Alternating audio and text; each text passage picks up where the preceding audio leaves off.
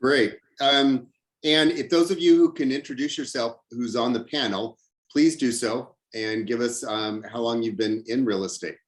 Why don't you be directive and tell each person who should speak first, and Just let's do call that. us randomly. Okay. I was put in. Okay. Well, I believe we have John and Chuck on here. You would be correct. Yeah, and as part of our panel. And could you please introduce yourself and give us a little background about you in real estate? Hi, good afternoon. John Barentine, Chuck Marquardt, the Barentine Group. My 32nd year in real estate this year. Wow. Yeah, and Chuck's 11th going on 12th. Yeah, and we have a team here at KW Larchmont, and there are 9 people on the team right now. That work together in the moment. 4 admin and 5 agents. Yeah.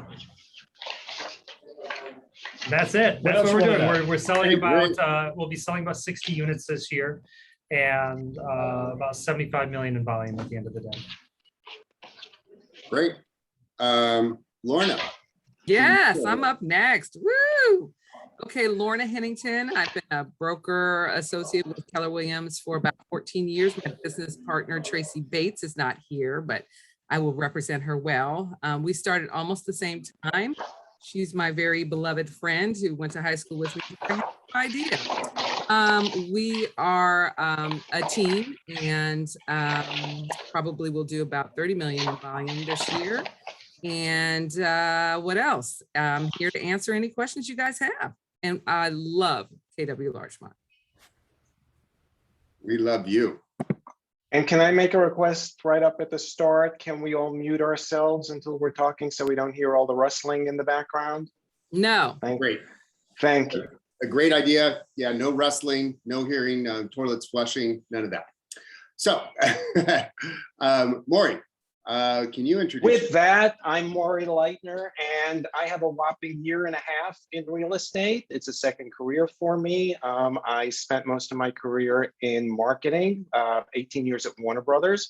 I joined Keller Williams in March of 2020, just in time for COVID. And as everybody probably knows, the good news is I was Rookie of the Year last year and did 14 transactions in my first 10 months. Oh my God. And I love it. Excellent. Pete Monacore, could you please introduce yourself?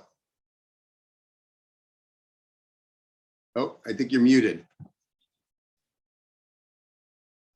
So I was following Maury's instructions. So 21 years in the business. Trisha, my right-hand person, has been with me for 18 or 19 years. I have a marketing person, Aviv, and then Brian Sturznacker helps as a buyer's agent. I actually don't know how much I'll do this year, but I'm having by far my best year. And so it's been, unfortunately for COVID, has been very gentle and generous to real estate. So that's a scoop. Great.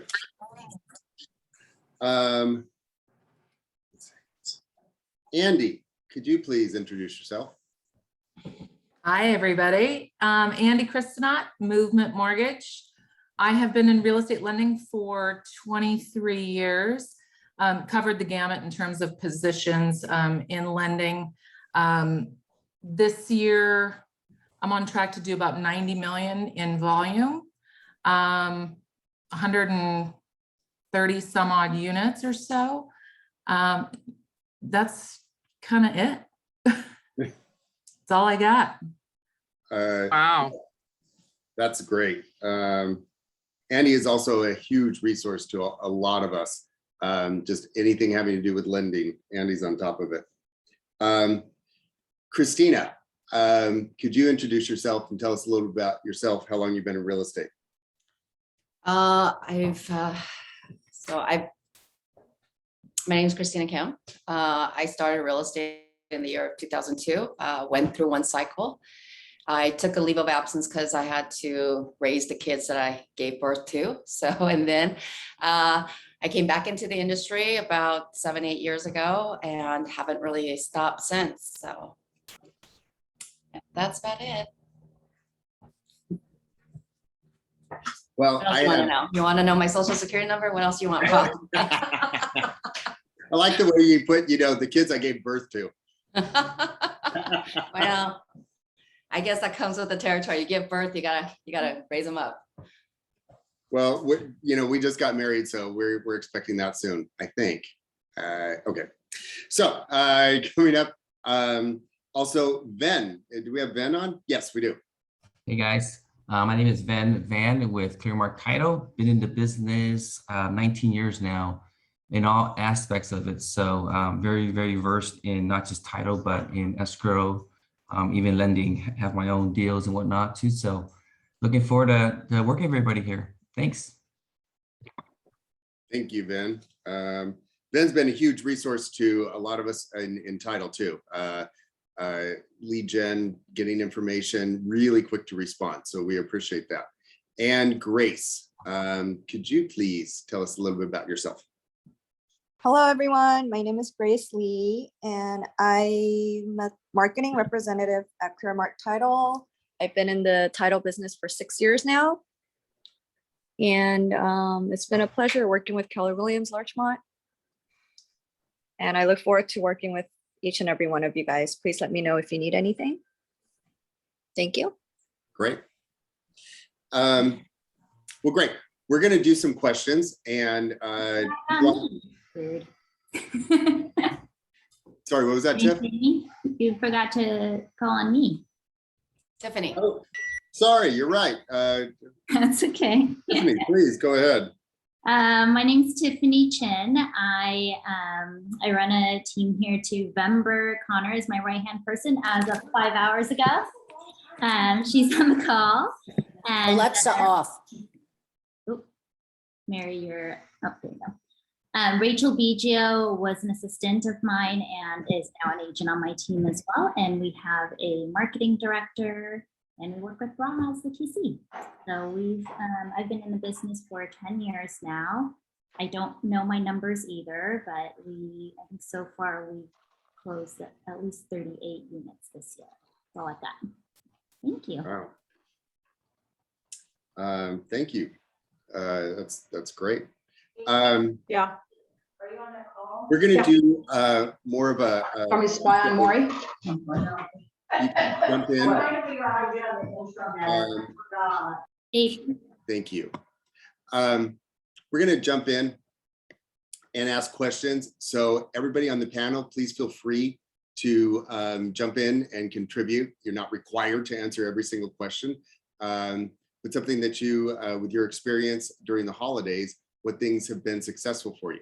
We're in an industry where a lot of times we hear, oh, you could do this, this, and this, but does it really pay off? And that's what we're here to find out and kind of share all that wealth of information together. First question is, what is different about the seasonality of your business this year as compared to previous years?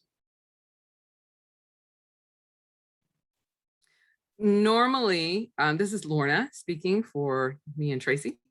Normally, we would be having some sort of event, a holiday event, which we can't have or have chosen not to have due to the pandemic.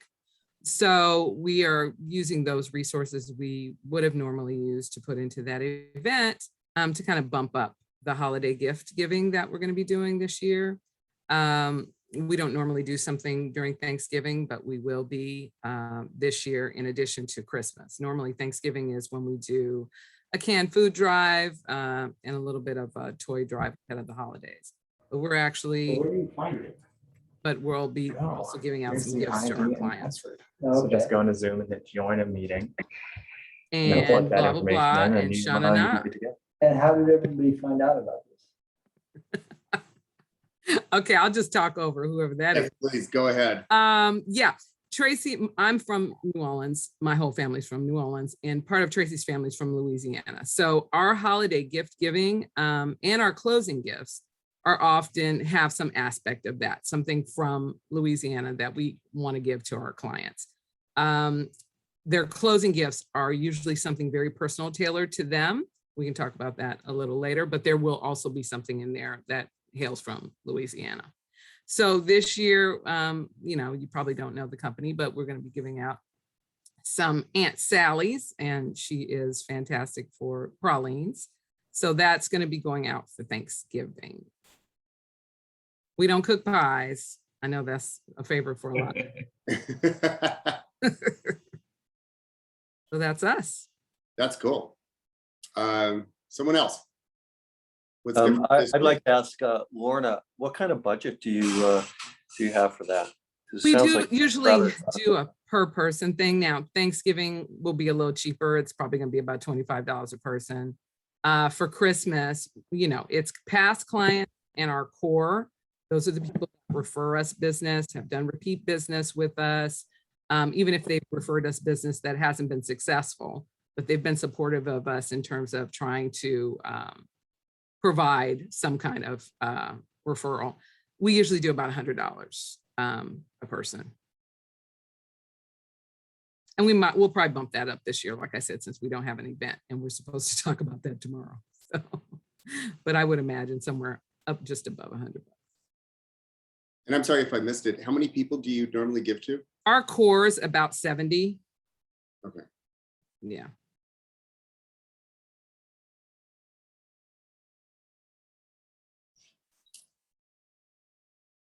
Anybody, next person, what's different this year in the season than other years?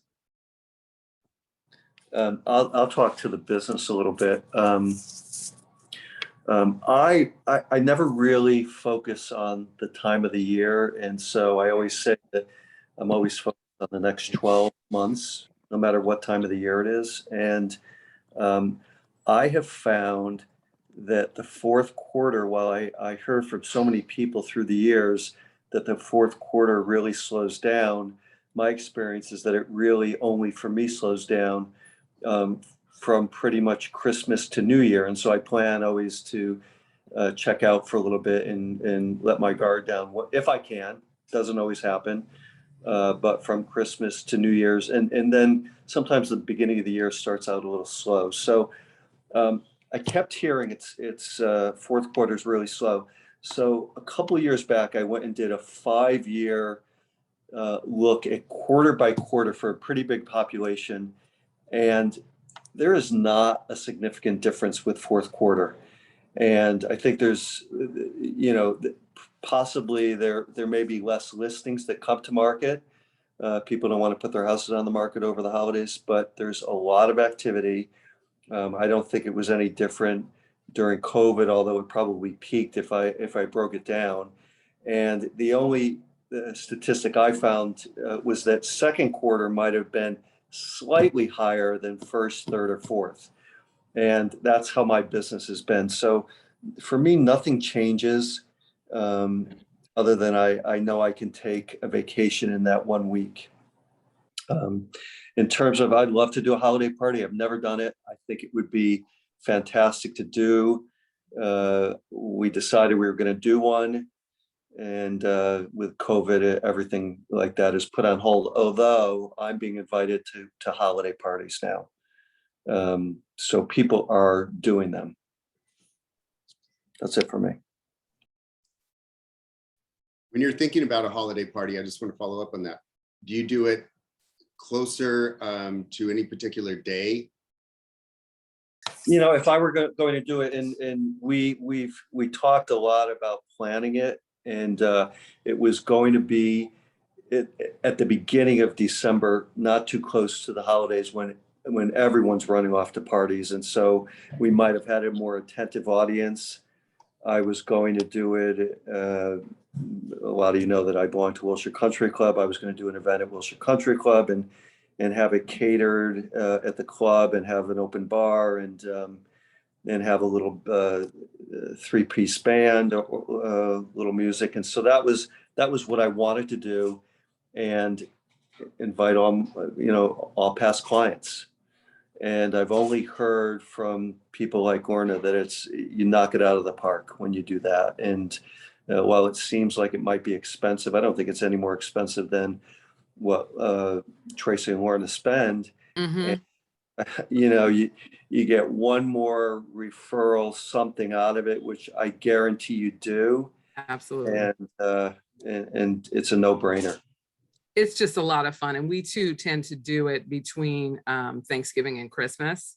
We also do a little Mardi Gras event normally too. But yeah, it really solidifies the relationship we have with our clients, or relationships plural that we have with our clients. And you're absolutely right, Pete. One pays for that.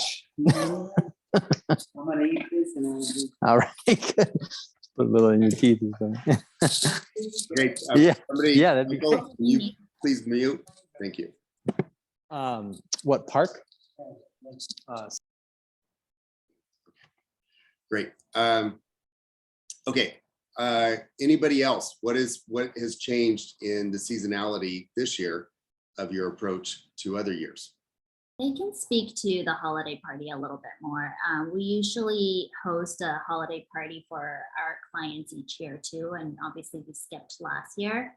We're going to do it again this year, and we always time block it for the first Saturday of December, because we figure, then people aren't really in the holiday spirit yet. They're not invited to so many holiday parties. This year, because it seems like so many more people are hosting it, we're going to make it a brunch thing, is our plan. So a holiday brunch party at a different venue, invite all of our past clients.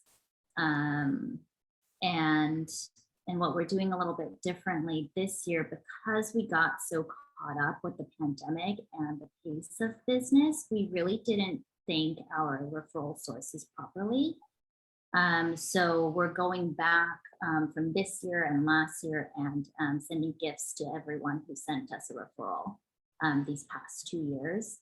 And we partnered with a gift set company, a local one, who's curated some boxes for us so that we can pick and choose for each client depending on what they like.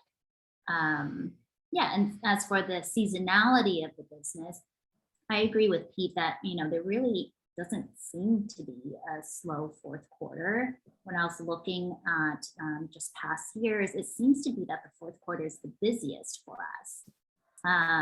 If anything, I don't know if it's because it's the end of the year and we think, oh shoot, we really have our goals to reach, and so we're particularly incentivized. I don't know what the source of that is, but it tends to be our busiest quarter. This year, I have intentionally slowed it down a little bit because I didn't have the help that I used to have. So it's a little bit slower right now. So maybe that's the difference as far as my efforts go. Yeah, but it really is just keep going. What's your budget for the gift boxes for the referral clients? So the gift sets that I have curated with them is anywhere from 50 to 125. So 50 is supposed to be as a thank you for anyone who writes a testimonial for us, but some of the boxes just don't make sense for certain clients. So a plant kind of makes more sense for certain clients. And at the high end, it's 125 for the gift box. If I may, I just want to bounce off of something. I think it was Mary Mendoza, Mary Woodward, I think, put in the chat box about if you don't have a lot of money, just do a care call. And I can't stress enough, while we all, when we're at that point where we can afford to do the gifts and the parties and things like that, that's a lot of fun to do. The fact of the matter is it's all about relationship, and relationship doesn't have to cost money. It just has to cost some time. So we find that just spending that December, just making the care calls to all of our past clients and referral sources and potential clients that we think we might have, not to talk about business. We spend December just really loving on our clients. And while we do, John and I actually bake. So we bake a couple hundred loaves of something delicious, or cookies or biscuits or something, and wrap them up in a lovely way. They don't really cost that much per person, but it's the love that goes into it. And then we actually personally deliver it. We do pop buys and we deliver it, and that allows us to be face to face, even from, we did it last year, 6 feet away with masks on, deliver these home baked goodies. And I can't tell you the great conversations we have, even if they're only 2 minutes long. People can't believe we drove all the way. They can't believe that we took the time to bake it ourselves. They can't believe, any of it. It goes a long way. So Kind of beat me. Oh, go ahead, Christina. So I mean, I know that the people in the office know, but every holiday season I make these pecan shortbread cookies. And I've done it consistently for the last, I would say 4 or 5 years now. So I actually have clients that call me. I had one call me about a month ago and said, "Oh, so are we getting those cookies this year again?" And kind of like people look forward to it because I only make them just this holiday season. And I go to like the Dollar Tree and I buy all the Christmas tins that they have in stock. I like wipe them out. And then I make those cookies, from scratch, obviously. And yes, Chuck, it's the love that you put into it. Absolutely. And then I pair it up with a nice bottle of wine, package it up. Some clients I hand deliver to, the ones that I know that I'll be able to meet. And then the other clients, I give them a little surprise. I'll leave it at the front desk of their building or, kind of arrange it. And then they get that every year. It's been very consistent. And I know that I had some hesitation last year, but there was such a demand for it from my clients that I actually did it anyway. And it's just been, it's a great way to relate. It's a great way to catch up. It's an excuse for people to have a conversation again, and it's become something that is part of my branding that people expect. And so my clients will refer me a client, say, "Hey, I'm on that list because I gave you that referral. I'm getting that Christmas package," right? And so it's something that everyone seems to look forward to. And it's a lot of work, being as that I do bake them myself. But it's the effort, it's the love, and people really do appreciate it. And again, it's not an extravagant gift. It's not something that's going to cost me a lot of money. It's something that does cost me a lot of time, but people just really appreciate it. And it's the effort that you've thought of them. I think that's the most important thing, that they were top of mind to you. And that gives them a reason to be top of mind for them as well. And it's perfect because during the holidays, although I don't really have a downtime during the fourth quarter, it kind of sets the momentum for the first quarter. And that's when they'll start hearing things, and that cookie taste is still fresh on their mind. And they'll be like, "Hey, I have this amazing agent. Let me connect you." And so it keeps the momentum going. So it doesn't praises, money. Praises to Christina, John, and Chuck for the baking. That's not going to be happening at the Hennington household, but I do want to touch on something Christina just said, the branding. I mean, what John and Chuck do, what Christina does, is what their clients have come to expect. Something that's New Orleans oriented that our clients get. It's about something that reminds them that it was you guys. It's not a rando gift. It's something that you thought about that reflects you. And I can't emphasize enough, because it has to be scalable, because your business is going to continue growing year after year. We had to think of doing something that is easy. So like 5 ingredients in those damn apple prune cakes, whatever they are, right? Keep it simple, keep it scalable. And frankly, we're starting to get to a point where we might need to start having leveraging other people on the team to deliver, because there's just too many. But it's still scalable, right? You may need a commercial kitchen. Hey, just real quickly too, I want to just throw in there, it's during the holidays, especially during the holidays, you want to involve not just, the adults, right? You want to try to involve the kids as well. So like Santa photos, holiday photos, those type of things have been very successful for a lot of my clients that are in that space, right? A lot of people, especially for holiday photos, they don't think about that and they don't want to think about it. So you knock that out of the park for them. And every year, you know, they'll come to expect it. They'll come to want it. And you know, you can have them invite their friends, their family, and then that will turn into a referral. And again, even for agents that don't have the budget, maybe team up with 1 or 2 other agents. You know, you guys can have a split the cost situation where everybody can be involved, and then you have this great big party, you know, outside or something. Just an idea. And I would say, don't forget the pets. The pets too, yes. I think that's a big one. That touches people. Agreed. Anybody else about some of the seasonality? Actually, Chuck, you beat me too. One of my questions I was going to follow up with is, if you don't have a big budget, what have you done that's really effective? And you guys pretty much already covered that. Yeah, it's all about relationships. So just stop by with something silly, you know, it can cost $1. It's not about the cost. It's about the face-to-face time and the caring. And I mean, that's what I love about the agents here at KW Larchmont is, and probably why we all get along so well, is I think so many of us, it really is about, I mean, what Lorna does and what Pete does on the golf course. That's love, baby. And just to read, and those pralines that Christina does. oh yeah, so she makes some yummy cookies.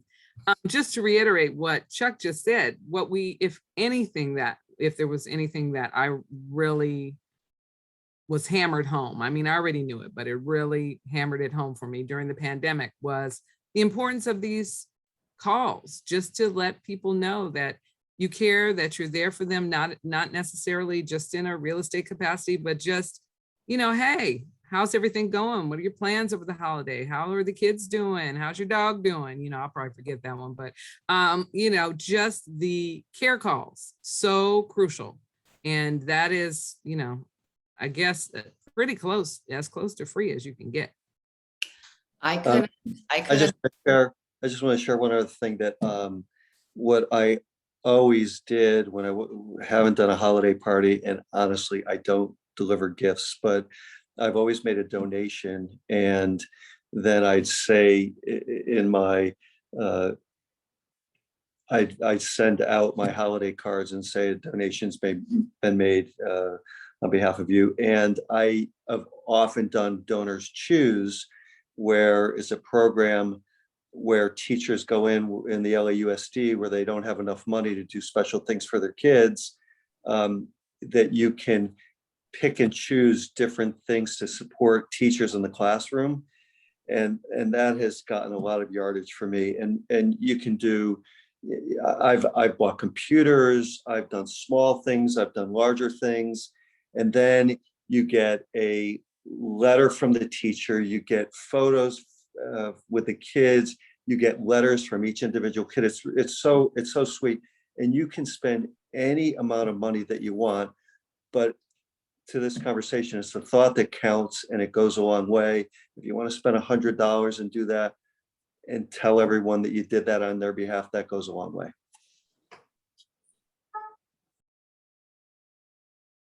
To that point, Pete, I had 2 transactions this past year, and I did that for the family where the father has early onset dementia, and it's really been hard hitting to the family.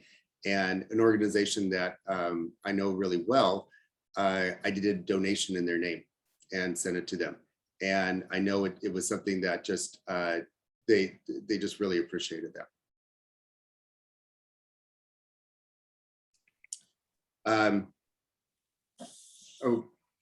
What things have you seen in your marketing, the things that you've done during the holidays, the ways in which you've connected with clients? How has that shown up later in the year? How has that shown up later in your business?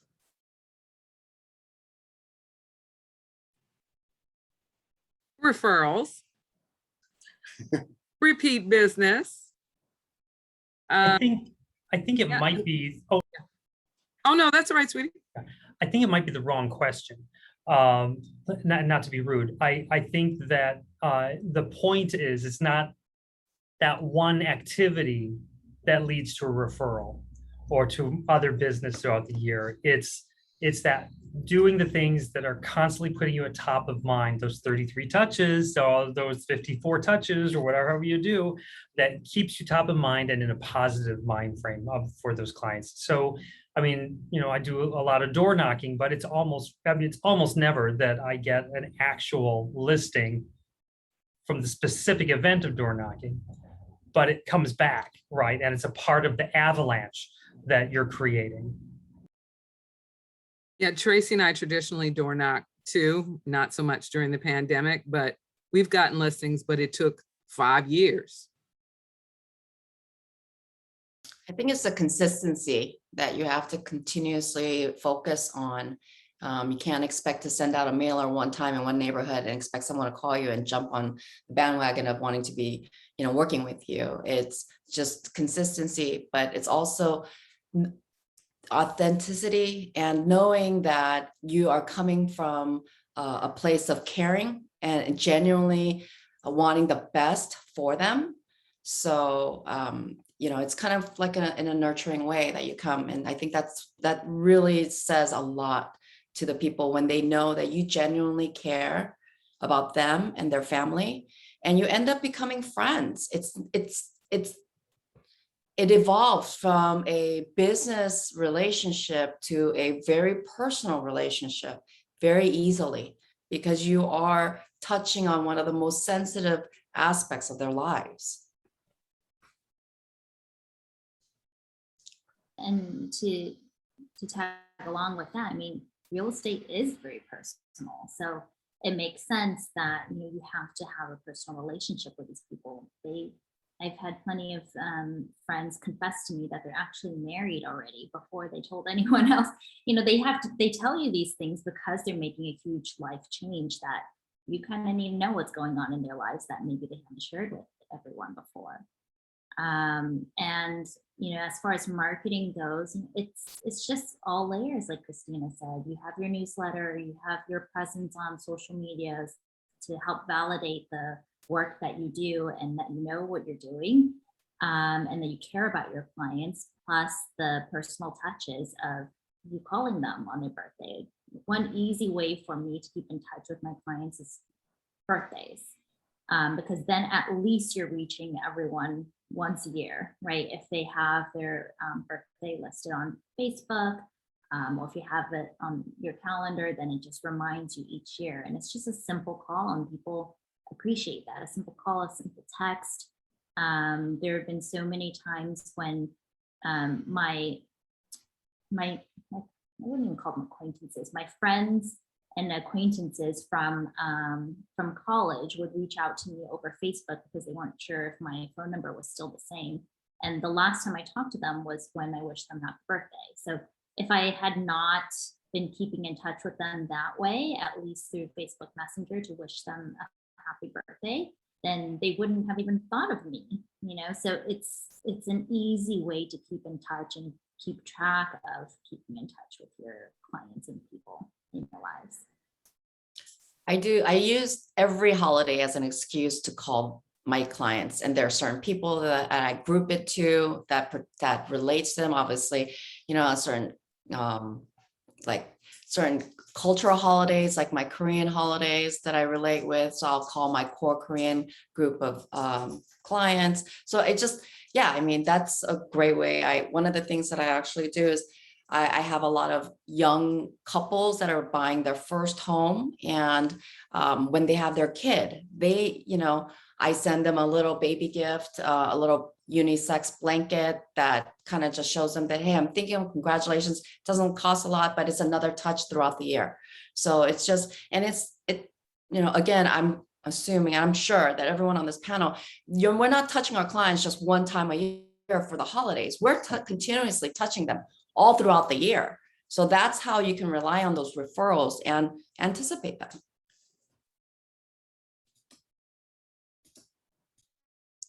Do you do something to follow up with how you did touch them during the holidays? So like Christina, like for you, you give cookies, Chuck, you give loaves of bread. Do you do something like to follow up? Hey, did you enjoy that? Or anything like that, just to just to keep that relationship deeper. Absolutely. I actually follow up with them as soon as everything is delivered and make sure that they enjoyed it, everything was well. Just let them know there's a shelf life. So I hope you're not sitting on them for too long, or just use any excuse. But yes, I do definitely follow up with them. And that's when they express their gratitude and just, appreciate the thoughtfulness. And just, again, then not all the time, but sometimes it does relate to another real estate conversation and say, you know what, as a matter of fact, I have a friend, or, we were thinking about doing this. Can we touch a little bit deeper on this conversation? And you have more topics of conversation that you're going to be touching on maybe in a month or 2 months from the gift exchange. Yeah, we usually like to touch base after the new year, because that's when nobody's really touching base. How were your holidays? It's really simple. And they always bring up whatever it was that we gave to them. And, we'll make some kind of, with our real core, date to get together and talk about the Super Bowl or what you did on New Year's Eve or whatever, just a quick catch up. But yeah, we usually do wait until the lull because you're getting inundated with everything in December and November, but January gets a little quiet.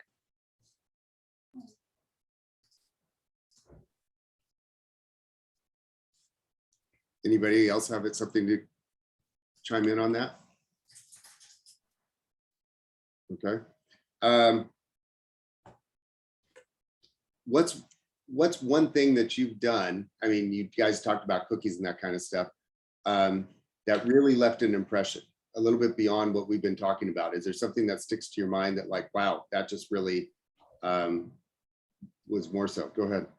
So I work with a lot of foreign clients, obviously. And so there's some of my clients it's their first time coming into the United States and experiencing our culture, our holiday cultures for the first time. So I've done for some of the families that have been here first time, I send them a full traditional Thanksgiving dinner catered, and I have it delivered to them. Wow. And so they don't know how to make a turkey. I had one client buy a frozen kit from, I think it was from Gelson's or something, but they just didn't know what to do with it next. So when I went there and I showed up with this feast, they're like, well, can you take this frozen turkey with you? Because we don't need this one anymore, So that's been something that's left an incredible impression, especially for people that are just immigrating here for the first time or experiencing the Western, holiday culture. So it's been very well received. And I placed my order yesterday. So I'm doing that again for those that do not understand or don't know how to do the traditional Thanksgiving. And they've got kids. So when kids go to school, the teachers always ask, what was your Thanksgiving dinner? Did you guys have turkey and all that stuff? And then they're really so thankful because their kids don't feel out of place or missed out on the events and the topics of conversation at school. So they really appreciate that. We sent out king cakes to our core and had a king cake decorating contest with a prize. So they had to send us back pictures of their king cakes. Woo, some of them were frightening. But actually a really bad one was the winner. It was so bad. So we did that, and we need to do that again because it was so fun. But I regret to say we haven't done that in 2 years since the pandemic. So maybe we'll do that for this upcoming Mardi Gras. That was super fun. A contest is super fun. I love the idea of the contest approach to it.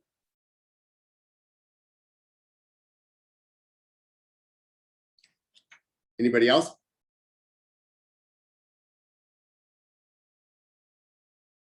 One of the questions, I think you already answered it. Why is it important to market yourself throughout the holiday season? And you guys talked about it, relationships, building on those relationships. I think that's one of the big things. Let me ask this, playing the opposite. What do you think are some of the mistakes realtors do during the holidays? I think the biggest mistake, it's the same story in my industry too, what Pete was talking about people saying that the fourth quarter slows down. It's very much a mental a mental game.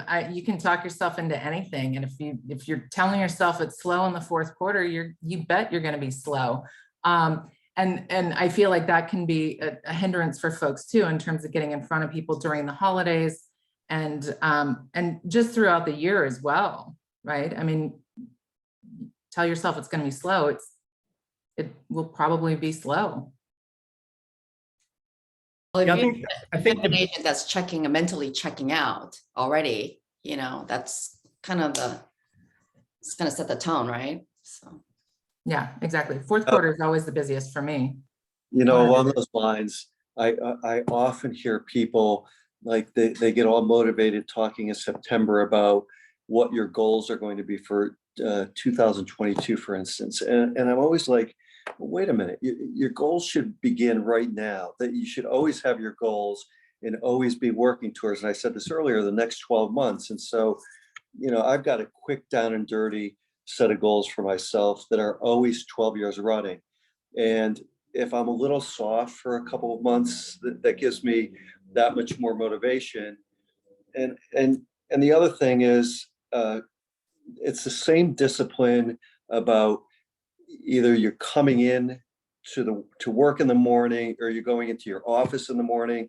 I had a buddy early on in my career that worked from home as a salesman, and he got up and put a suit on to stay at home to work, but he put his mindset, to your point, in getting ready to go to work. And that's why I could never work out of the house, because I'd be hanging with the dogs, I'd be putting on ESPN, I'd be doing all these other things.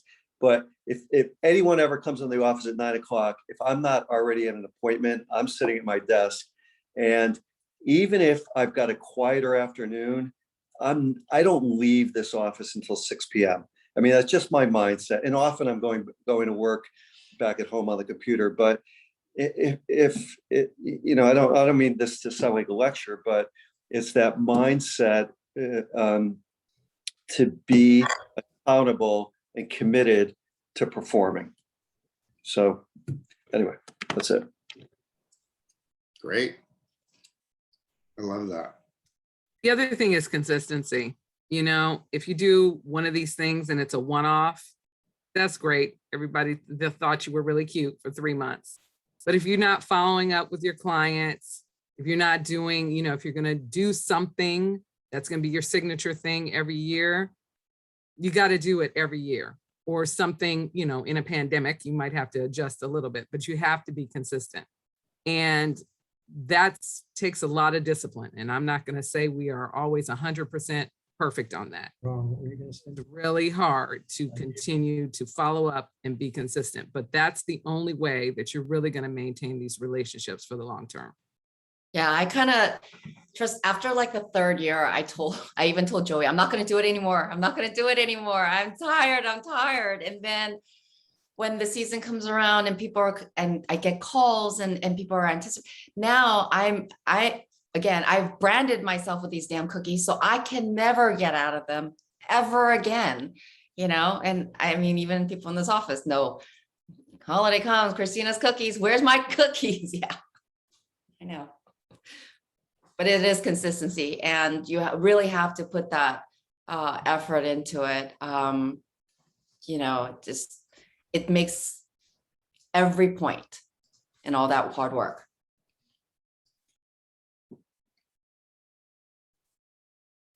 I'll admit, for me, it's challenging for me to be consistent during the year in terms of sending gifts and so forth, between clients and my agent relationships, which span a very long time. It's hard to be consistent during the year. So during the holidays, I try to be thoughtful and unique with the gifts I give, but also make sure that they're gifts that are usable and thoughtful and something that somebody wouldn't necessarily throw out. And the same goes for client gifts. I've done keychains with their date of closing. They put their house key on it, and every time they open the door, they're, oh yeah, Andy at Movement. Andy, is this familiar? It does. But the holidays are always my go-to in terms of consistent and thoughtful gift giving. So. What do you guys do in that situation where like somebody's a brand new client, or you're trying to create that relationship, and the holidays are a great time to do that? I send gifts to agents that I don't close with. Okay. If they've sent a referral and maybe the referral didn't work out, I certainly do that. Yeah, we send a coffee card to someone who refers to us, you know, even makes a connection between us and somebody else, regardless of if anything happens. And then if something does close, then they get something else. But in terms of clients, new clients that we're just starting to work with, they give you clues right away. Oh, my dog, blah, blah, blah. Then you got to remember there's a dog thing, you know, that you want to get to them. We take little notes. We're not as good as Sabine, where she figures out the type of wine that they like and no. But if they have little kids and, you know, this kid doesn't know anything about LA, maybe they get an LA puzzle. You know, you just got to kind of keep notes about what it is that they like, what it is that they need. And it doesn't always have to be expensive. It's just, they're always shocked. Oh my gosh, when did I say that? Girl, you know you said that. But it makes them feel great. And a good clue is if, you know, when you're representing buyers, their letters say a lot about them. So that's a good place to pick up tips on, you know, what they like and, you know, different ideas for gifts as well. And for sellers, you go into their homes so you see what they like too. I know for me, I've mined their social media. I'll look at what they post, tells me a lot about them. And that's when, Christina, you mentioned the idea when, you know, people have a kid or something, I've taken advantage of that. And I'd like to send them a gift. I send them, you know, a newborn baby card. And many times what I've done when somebody's had a new kid, when I send them their Christmas card, I've done this where I've taken the little frame. I'll take a picture of their car, you know, whatever, print it at Walgreens, it's 35 cents a print, stick it in there and send it with their Christmas card. And I sent out a number of these last year, and only one person didn't get back to me and tell me how much they appreciated it. Everybody else was like overwhelmed. And these things cost like, I think it's $15 for a box of 20. That's it. What pictures inside? I've put people's grandkids, I put their dogs, I put their cat, any picture like that, you know, I stick it in there. If they posted it to Facebook or Instagram, it's important to them. Actually, you've reminded me of the first holiday season that I had in this business. What I did was I printed each client's closing picture, so a picture of them in front of their homes, because I was working with just buyers then. So a picture of the clients in front of their homes and had them printed on magnets. There was some company that you could, you know, upload these pictures to, you know, put your little hashtag of, you know, company name and then just have them printed and they get delivered to you. And it was just a little thing in addition to a Christmas card that I just mailed off to them. And now people have that picture on their fridge all the time. That was fun. I think it also speaks to what you guys also said earlier, Tiffany, is you took the time. You know, when you do that kind of stuff, it does show how much you appreciate when you take the time.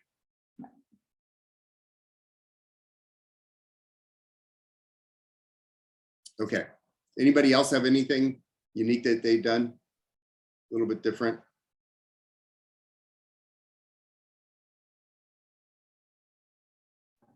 I guess I just throw one more thing in.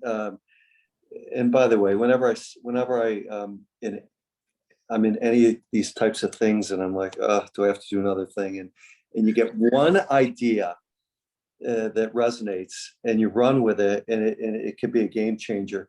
And I just remember when I was first starting 21 years ago, and John Arrow and I know a lot of the old timers, we know John Arrow, and he started his own company, but he started making a living in real estate by writing personal cards, 5 cards a day, 25 a week.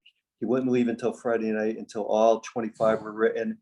And it might even be something as simple as driving by a house that he liked, taking down the address, writing a personal note to those people that I just love your house. Didn't cost him anything but postage in the card. And he grew to a hugely successful guy with his own company that he ultimately sold to Prudential. And, you know, you just can do simple things that don't cost anything that go a long, long way. And I did that for a while, and I fell off of it. And as I'm getting motivated by this meeting, I'm going to start doing that again, writing personal cards. Who gets personal cards anymore? We get emails, we get text messages. What about old-fashioned, simple writing a personal note to someone goes a long way. Okay, Pete said it, so I'm writing it down. Pete, I totally agree with you on that. I even have every 27th of the month, I have right on my calendar, just repeats, write out everybody's birthday card for the next month. So everybody that I have their birthday, I try to get them a personal card wishing them a happy birthday. Great.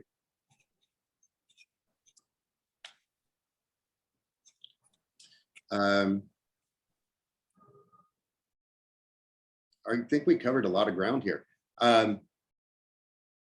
What things have you learned that have really just been just a game changer? Pete mentioned one thing. What has been a game changer for you that you just realized that it just changed everything? Christina, we know your cookies, which are like gold in the office when they get passed out. Clients really want to hear from you after the transaction is over. They're surprised and delighted. It makes it clear to them that you weren't just there to get a check, that you really care about their future and what's going on with them. And I've developed a lot of absolute friendships, people that I now love, who used to just be clients that I didn't know at all, were referred by somebody else, because a relationship, a different kind of relationship, starts after the transaction, if you want it to. I think that's why the SMART plan, I love the SMART plan, because I put all my clients, I put all of my leads in there, and it keeps me up to date on what needs to be touched, how to touch them, you know, and how often I'm touching them. And I can track that all. So, and Lorna's absolutely right, especially after a transaction, the last thing you want to do is feel like you've abandoned them or that it was just a paycheck. You know, I feel like my business, I don't make a whole lot of effort to try to, you know, get new business, because my core clients keep me very busy throughout the year. And it's just a simple referral. Hey, you know what? My sister's going to buy a house, or my sister-in-law is buying a house, or something, or my neighbor is thinking about selling. They'll call me about it. And it's just because just keeping touch, and especially after a transaction is finished, that's when they're most sensitive. And that's when you really can, I guess, relay your care for them. So absolutely contacting them after a transaction, let's say a month after, so that they're settled in, call them up and say, how are you settling into the home? Or how are you settling in with a new move, and so on and so forth. It's another conversation piece. And then most of the time when they move and they've told their friends about their house, they'll have housewarmings and so on and so forth. Then they'll bring you up. I get invited to housewarmings and they'll say, oh, this is my real estate agent who helped me get this home. So and again, you touch on another opportunity to get referrals, to be a part of their network as well. So that touch after the transaction, I think, is just as important as you touch during the transaction. How about calling them after the first heavy rain?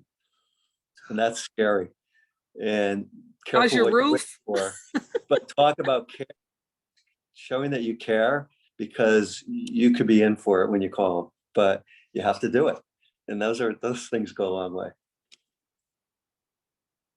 Sounds like a really scary call to make. It's a scary call. It could go any way, you know? It could go, but you're there to help them, and you're the, you know, to your points, you're showing that you care. We've done that, and it's great. And thank you for reminding us to do that, Pete, because we didn't do it after this last heavy rain. But you get so many kudos. You also get kudos for door knocking in the rain. Oh. You told me you get sympathy for that. I did that after we had a earthquake adjacent to Whittier, and it really shook up everybody in the area. And I did that, Pete. I called and I texted everybody who I knew in the area and just asked how they were doing. It's a good call. Great. Any other ideas that has been like a game changer for you?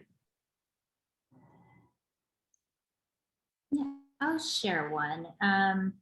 Something that has worked really well for me is just taking my clients out to celebrate after they, close.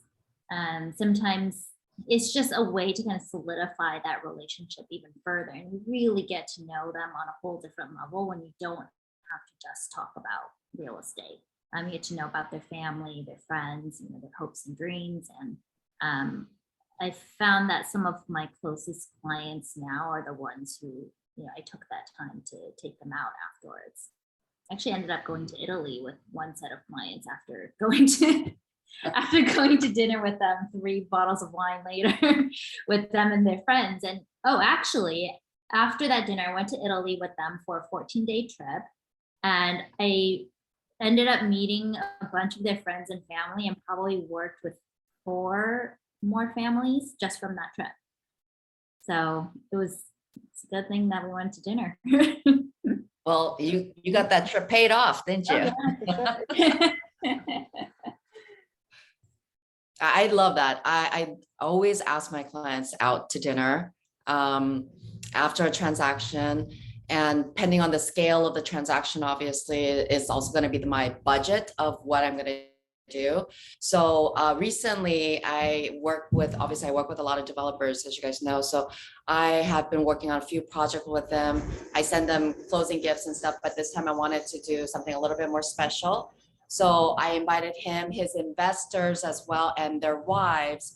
And I had a private event at a new restaurant that a friend of mine that has launched it. And so it was fantastic. I got to actually meet the investors. So it was a different perspective as well. And so it became a more casual conversation, but it became where it was just so easy to be approached now. So I really love the dinners. And it allows me to actually, I'm a huge foodie, so it allows me to kind of explore different restaurants, and I have someone to go with now. Christina is a huge foodie, and if you want to know a good place to go, just ask her. She can nail it. I do like to eat.